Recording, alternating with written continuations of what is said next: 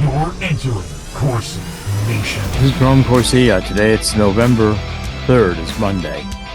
On CorsiNation.com, we're doing podcasts every weekday. We cover a lot of subjects today, starting out with President Trump was on 60 Minutes, and he was interviewed by Nora McDonald. I was interviewed by Nora McDonald at one time, too. Of course, they didn't run any of the interview. They didn't get what they wanted. That was during the Mueller investigation when they thought I was going to prison. 60 Minutes was happy to interview me then. Of course, since then, they don't want to hear any views except their communist leftist views. Thank you, Nora McDonald. That may all be changing with the new direction CBS is going in. I can't see it change fast enough to please me. But here's Nora McDonald trying to embarrass Donald Trump on his administration going after people like Comey, etc., saying that this is just retribution against his enemies. There's a pattern to these names. They're all public figures who have publicly denounced you. Is it political retribution? You know what? You know who got indicted? The man you're looking at. I got indicted, and I was innocent. And here I am because I was able to beat all of the nonsense that was thrown at me. And yet, when you go after a dirty cop like Comey, or a guy like Bolton, who I hear I don't know anything about it. I hear he took records all over the place. Who knows? Letitia James is a terrible, dishonest person, in my opinion. Did you instruct the Department of Justice to go after Not her? in any way, shape, or form. No, you don't have to instruct them because they were so dirty, they were so crooked, they were so corrupt that the honest people we have, Pam Bondi's doing a very good job. Well, Pam Bondi may be doing a good job, but Todd Blanche is still blocking her at the Department of Justice, and he is a Democrat who represented Trump in some of the prosecutions Trump suffered when he was out of office. But again, we don't have pardons coming through. Tina Peters is still in prison, and Todd Blanche is blocking all these things. He'll block the voter registration if he gets a chance. I think we need to make sure Donald Trump understands that he needs to get rid of Todd Blanche. And if he doesn't do that, his administration is not going to accomplish many of the goals that Donald Trump has stated that he will accomplish. I'm confident Donald Trump will do the right thing and get rid of Todd Blanche. Okay, now what's going on in terms of Congress and the shutdown is that the Democrats are rapidly losing this battle. Why are they losing it? They're losing it because they are not tactically supporting the American people.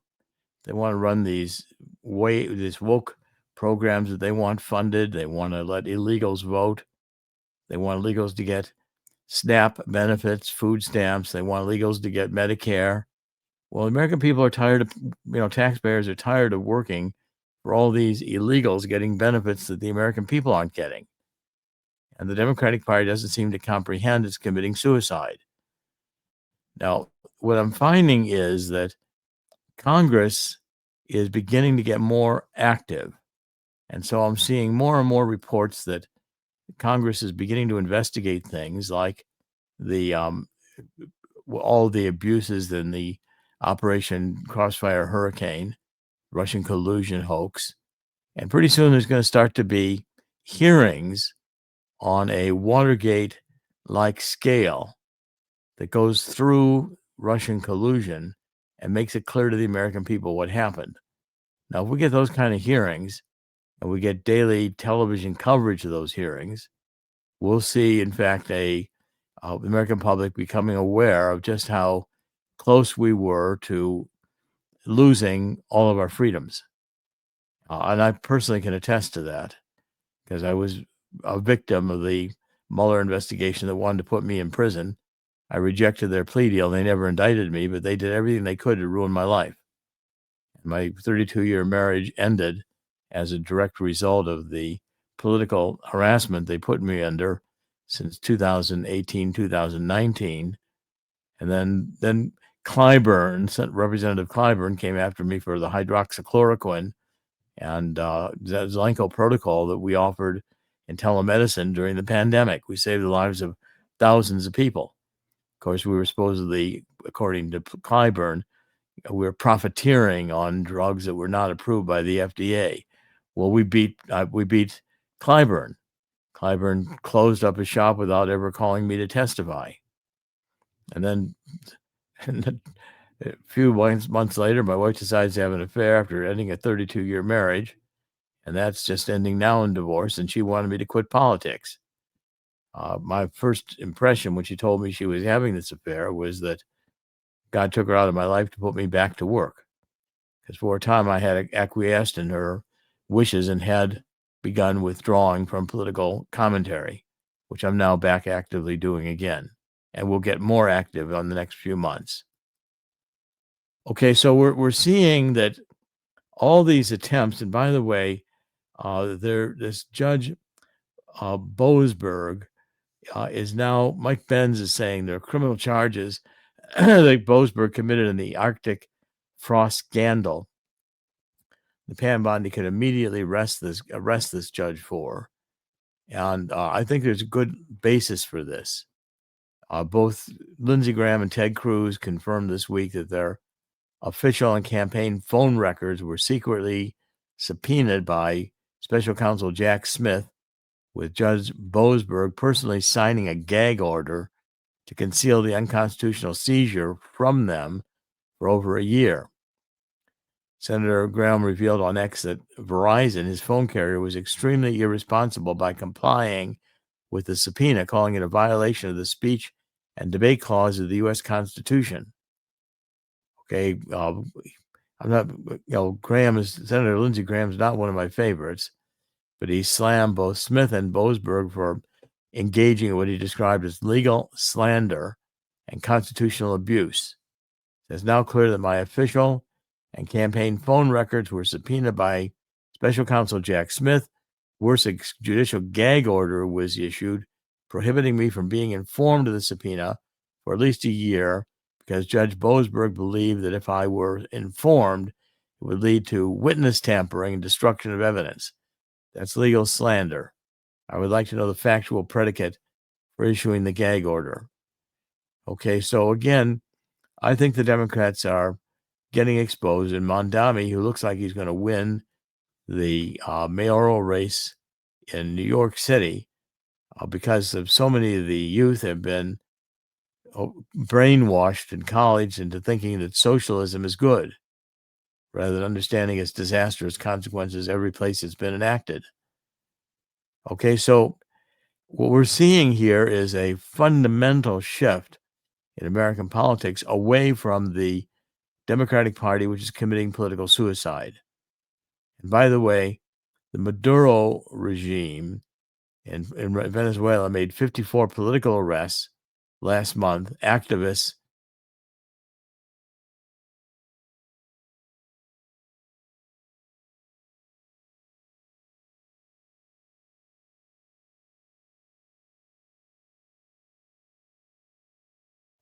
And when Trump does invade Venezuela, it's going to become a major overthrow of a drug cartel, communist country that has oppressed its own citizens.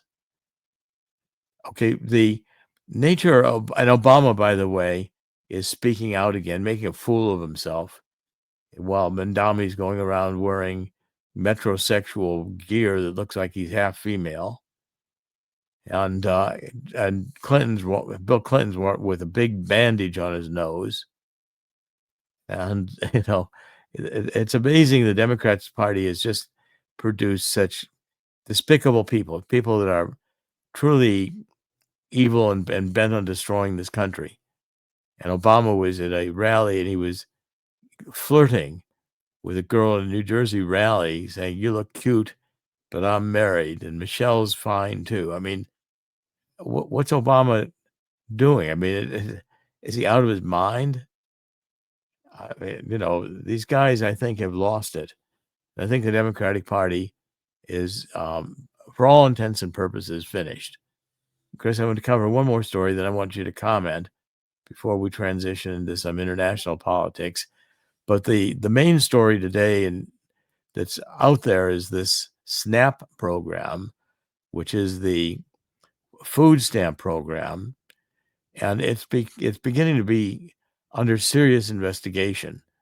The food stamp program has expanded dramatically under Biden, And now it's including something like, I don't know, I'll get the percentages here in a minute, but it shocked me when I read how many illegals are on it and how much it has expanded under Biden. There's a couple of articles on it. If I can find one here, I'll go into sharing it with you. Here we go. This is one where the USDA Secretary Rollins says that SNAP will be dramatically reformed after thousands of illegals are removed. And I think, Chris, you've got that one to play, don't you? If we have that one queued up, let's play Secretary Yeah, here she is. This is of from Agriculture, her. Brooke Rollins. Yeah, this is from her interview on Fox News. Day one of USDA, February 13th, is we sent letters to every governor in America being very clear that no illegal aliens can use SNAP. 0, 0, 0. We asked every state for the first time in history, and this was in February, to send us their data and let us, with Doge and a war room, actually start going through this data to better understand how this explosion of SNAP benefits happened under Joe Biden. We increased almost 40% on this program in just a couple of years under the Biden administration. Of course, we know they were trying to buy the election, but that's a conversation for another time. And since we have asked for that data, 29 states have complied. Of course, almost all the red states, a couple of couple blue states too. But in that data, and I haven't talked about this yet publicly, in that data we have found, we've spent about $100 billion in spend. We have found thousands and thousands of illegal use of the EBT card. We have been moving people off of SNAP. We've got almost 700,000 people, I think, we've moved off just since the president took office. We've arrested about 118 people. So this has been ongoing. But Rachel, to your point, what this conversation has allowed is a national spotlight on a broken and corrupt program. We found one guy in 6 different states getting a benefit. We found about 5,000 people that are dead who are still getting benefits. Like, it is time to drastically reform this program so that we can make sure that those who are truly needy, truly vulnerable, are getting what they need, and the rest of the corruption goes away, and we can serve the American taxpayer. Yeah, it's a program that was traditionally about 1.4% of the population, and under Biden, it got up to about 14% of the population, and it's totally out of control. It's not doing what it was intended to do. It's fraught with fraud, as is Medicare and Medicaid, and all these government programs ultimately don't work. You know, they all sound good in practice, but they don't. The government can't even run the post office. Why do you expect the government to be able to run something as complicated as a food stamp program?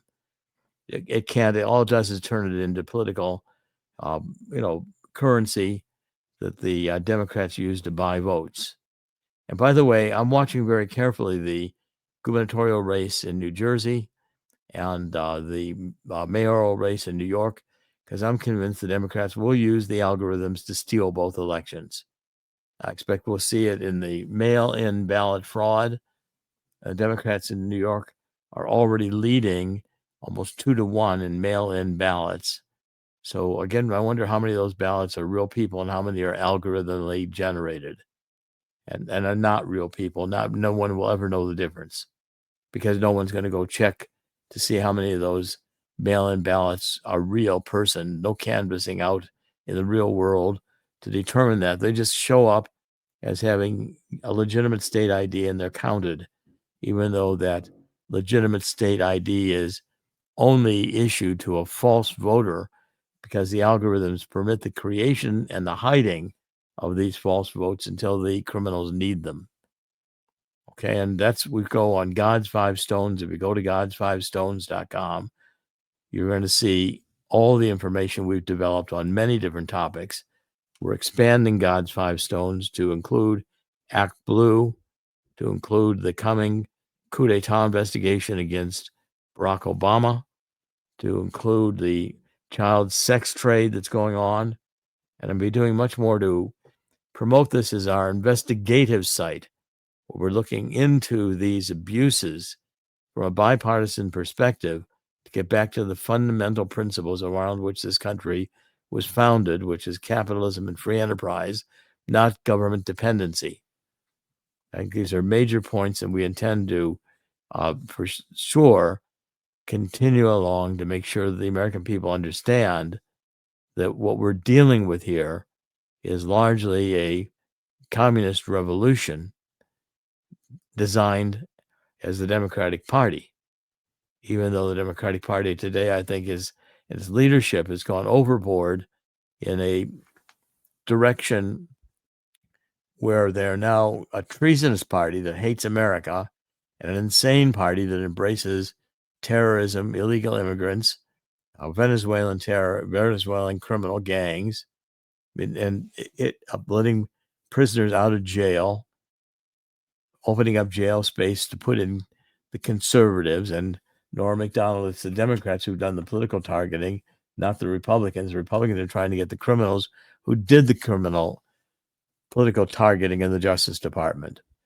And also there was a disgraceful article published in the National Review about Phyllis Schlafly saying that she was a propagandist. I mean, this was ridiculous. I worked with Phyllis. I knew Phyllis extremely well, worked very closely together with her up until her death. And she stopped the ERA. She was a tremendous patriot, brilliant woman, and a brilliant tactician. And I truly valued my time with her. And I think it's disgraceful that the National Review is trying to undermine her when, in fact, she is a true conservative hero or heroine that deserves respect. Not this, National Review has gone off the deep end. And I'm told Bill Kristol was even endorsing Mendami. I don't know what's happened to Bill Kristol. Some of these people have just lost their minds in Trump hatred. And the Democratic Party has been joined by many in the GOP who would just as soon keep the corruption going and keep things as they are, which is controlled by the two parties that both of which have increasingly lost touch with the American people. And Trump is fundamentally MAGA, more so than he is Republican. He's not GOP nearly as much as he is MAGA. Okay, I want to comment on the economy because gold is still staying over $4,000 an ounce. As I said, gold would be over $4,000 an ounce at the end of the year, and here we are. It is over $4,000 an ounce. Today it's trading at $4,031 an ounce, and silver is at $49 an ounce. Now, if you look at Corsi Nation, we've simplified the bar at top, so you go right to gold and click it. When you do, you'll see the Walking Liberty $50 offer. Chris is showing you Corsi Nation right there, the top bar where it says gold. You click that, and you can go to the Walking Liberty $50 offer where you can get 250 of these coins, which are about 99.99% silver. Get these coins by filling out the form. If you're a first-time customer of Swiss America, this is an offer you can take advantage of. And I recommend you do because silver is cheaper, $49 an ounce. It's going to appreciate proportionally faster because it's going to be easier for silver to double to $100 an ounce than it will be for gold to go to $8,000 an ounce. Gold will get there, but it'll take a while. I think silver will do it much more quickly.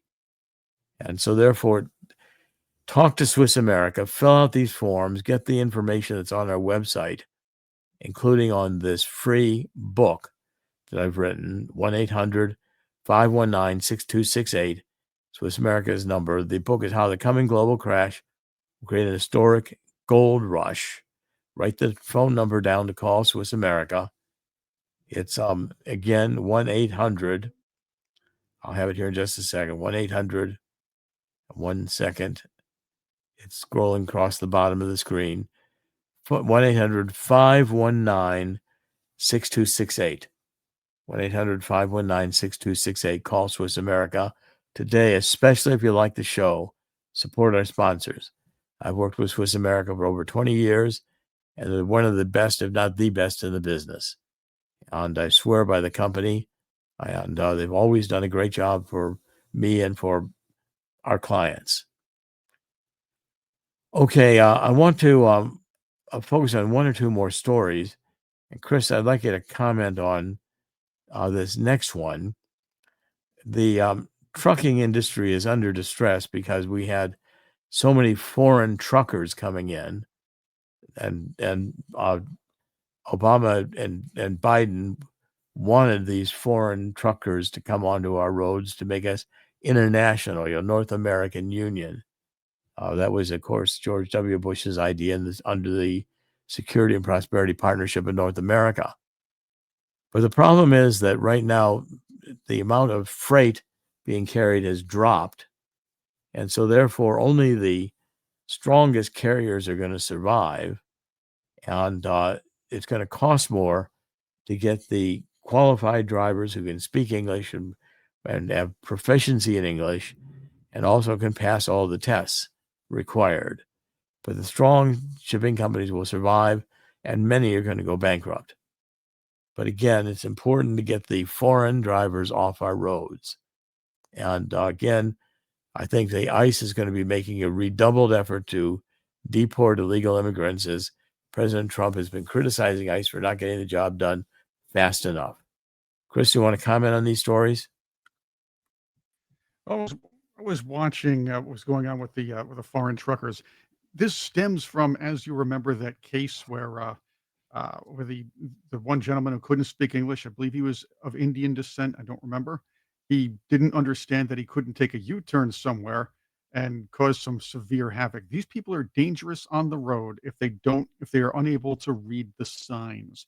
And I don't care what any of these woke types say, but we're being discriminatory. There's nothing discriminatory about requiring somebody to be able to read signs if they're going to have other people's safety in their hands. I remember when I was taking my first driving class back in the day, during the high school era, and it was a written class. So it was something in high school. I don't even remember what it was. I don't think it was straight driver's education. But the instructor said, if you are behind the wheel, you are actually in control of a lethal weapon. I believe people have lost sight of that when it comes to the idea that some people are unable to to handle basic road safety, and they have a very dangerous weapon in their hands in a huge Mack truck, or I'm not saying Mack, but a huge 18-wheeler, if you will. Well, I think we've got to take seriously getting America back under U.S. control.